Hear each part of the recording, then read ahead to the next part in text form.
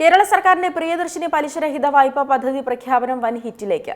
ഇനി കടബാധ്യത ഭയന്ന മലയാളി സ്ത്രീകൾക്ക് അവരുടെ സ്വപ്നങ്ങൾ മാറ്റിവെക്കേണ്ടി വരില്ല. പലിശരഹിത സൂക്ഷ്മ ചെറുകിട സംരംഭ വായ്പയായ പ്രിയദർശിനി പദ്ധതിയും സർവീസിൽ നിന്ന് വിരമിച്ചവർക്കായുള്ള സീനിയർ സെക്യൂർ വായ്പാ പദ്ധതിയും ഇനി കൂടുതൽ ഇടങ്ങളിലേക്ക് എത്തും. ഇനി കടബാധ്യത ഭയന്ന നിങ്ങൾക്ക് വലിയ സ്വപ്നങ്ങളുണ്ടെങ്കിൽ അത് നടത്താതിരിക്കേണ്ട. അതെ, മലയാളി സ്ത്രീകൾക്ക് അത്രത്തോളം വലിയ സമ്മാനമാണ് സർക്കാർ ഒരുക്കിവെക്കുന്നത്. സ്ത്രീകൾക്ക് ബിസിനസ് ഉടമകളായി മാറാൻ ആഗ്രഹമുണ്ടെങ്കിൽ ആ മോഹം മാറ്റിവെക്കേണ്ടതെന്നാണ് പറയുന്നത്. പ്രിയദർശിനി സൗജന്യ KSRTC യാത്രാ പദ്ധതിക്ക് പിന്നാലെയാണ് പ്രിയദർശിനി വായ്പാ പദ്ധതിയുമായി കേരള സർക്കാർ എത്തിയത്. ഇത് തീർത്തും ഒരു പലിശരഹിത വായ്പാ സ്കീം കൂടിയാണെന്ന് അറിയാമല്ലോ. കേരള സർക്കാരിന്റെ പട്ടികജാതി പട്ടികവർഗ പിന്നോക്കക്ഷേമ വകുപ്പിന് കീഴിലുള്ള കേരള സംസ്ഥാന പിന്നോക്ക വിഭാഗ വികസന കോർപ്പറേഷനാണ് ഈ പദ്ധതി പ്രഖ്യാപിച്ചിരിക്കുന്നത്. സ്വന്തമായി ബിസിനസ് തുടങ്ങാനും അത് വികസിപ്പിക്കാനും ആഗ്രഹിക്കുന്നവർക്ക് സാമ്പത്തിക ആശ്രയം തന്നെയാണ് ഈ പദ്ധതിയിലൂടെ ലഭിക്കുന്നത്. വനിതാ ശാക്തീകരണവും സ്വയം തൊഴിൽ കണ്ടെത്താനുമാണ് ഈ പദ്ധതി പ്രധാനമായും ലക്ഷ്യം വെക്കുന്നത്.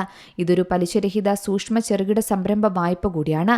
സ്വന്തമായി ബിസിനസ് ആരംഭിക്കാനോ നിലവിലുള്ള ചെറുകിട സംരംഭങ്ങൾ വികസിപ്പിക്കാനോ ആഗ്രഹിക്കുന്നവർക്ക് ഇത് നല്ല സുവർണാവസരം തന്നെ.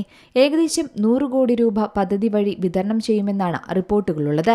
വനിതാ ശാക്തീകരണത്തിനായി പലിശരഹിത സൂക്ഷ്മ ചെറുകിട സംരംഭ വായ്പയായ പ്രിയദർശിനി പദ്ധതിയും സർവീസിൽ നിന്ന് വിരമിച്ചവർക്കായുള്ള സീനിയർ സെക്യൂർ വായ്പാ പദ്ധതിയും ഇപ്പോൾ വൻ ഹിറ്റിലേക്ക് കുതിക്കുകയാണ്.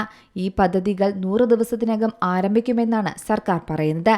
പട്ടികജാതി പട്ടികവർഗ പിന്നോക്ഷേമ വകുപ്പുകളുടെ 100 ദിന കർമ്മ പരിപാടിയിൽ ആകെ 31 പദ്ധതികളാണ് ഉൾപ്പെടുത്തിയിട്ടുള്ളത്. ഇതിൽ കേരള സംസ്ഥാന പിന്നോക്ക വിഭാഗ വികസന കോർപ്പറേഷൻ 3 പദ്ധതികൾ നടപ്പിലാക്കുമെന്നും പറയുന്നു.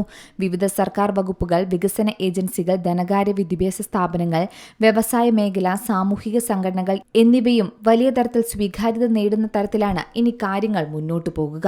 പ്രത്യേകം ഓർക്കണം, ഇത് വനിതകൾക്കായി മാത്രം രൂപകൽപ്പന ചെയ്തിരിക്കുന്ന സ്കീമാണ്. അതായത് വനിതാ സംരംഭകർക്കും സ്വയം സഹായ സംഘങ്ങളിലെ വനിതകൾക്കും വായ്പയെ ഇതിലേക്ക് അപേക്ഷിക്കാം. കുടുംബശ്രീ CDSകൾക്കും രജിസ്റ്റർ ചെയ്ത NGOകൾക്കും കീഴിലുള്ള അർഹരായ വനിതാ അംഗങ്ങൾക്കുമാണ് മുൻഗണനയുള്ളത്. മാത്രമല്ല, പട്ടികജാതി പട്ടികവർഗ പിന്നോക്ക വിഭാഗത്തിൽപ്പെട്ട വനിതകൾക്ക് ആനുകൂല്യം പെട്ടെന്ന് ലഭിക്കാനും സാധ്യത കൂടുതലാണ്. അതിനാൽ സമയം കളയാതെ കൃത്യമായിട്ട് തന്നെ ഈ പദ്ധതിയുമായി മുന്നോട്ടു പോകാൻ ശ്രമിക്കുക. ഇത്തരത്തിൽ ബിസിനസ്സുകൾ നിങ്ങൾ ആരംഭിച്ചാൽ സമഗ്ര എന്ന പദ്ധതിയുടെ അടുത്ത പരിപാടി സെപ്റ്റംബറിലാണ് നടക്കുന്നത്. അതിനാൽ ഡിസംബറിൽ ഗുണഭോക്താക്കളുടെ ഉൽപ്പന്നങ്ങളുടെ പ്രദർശന വിപണന മേളയും സംഘടിപ്പിക്കാൻ സർക്കാർ ആലോചിക്കുന്നുണ്ട്. കേന്ദ്ര ഏജൻസികളുടെ സഹകരണത്തോടെ ഇന്ത്യയുടെ വിവിധ ഭാഗങ്ങളിൽ നിന്നുള്ള കരകൗശല വിദഗ്ധരും പങ്കെടുക്കുന്ന ഈ മേള ശരിക്കും ഗുണഭോക്താക്കൾക്ക് വിപണി സാധ്യതകൾ വിപുലപ്പെടുത്താൻ സഹായകമാകുന്ന ഒന്നു തന്നെയാണ്.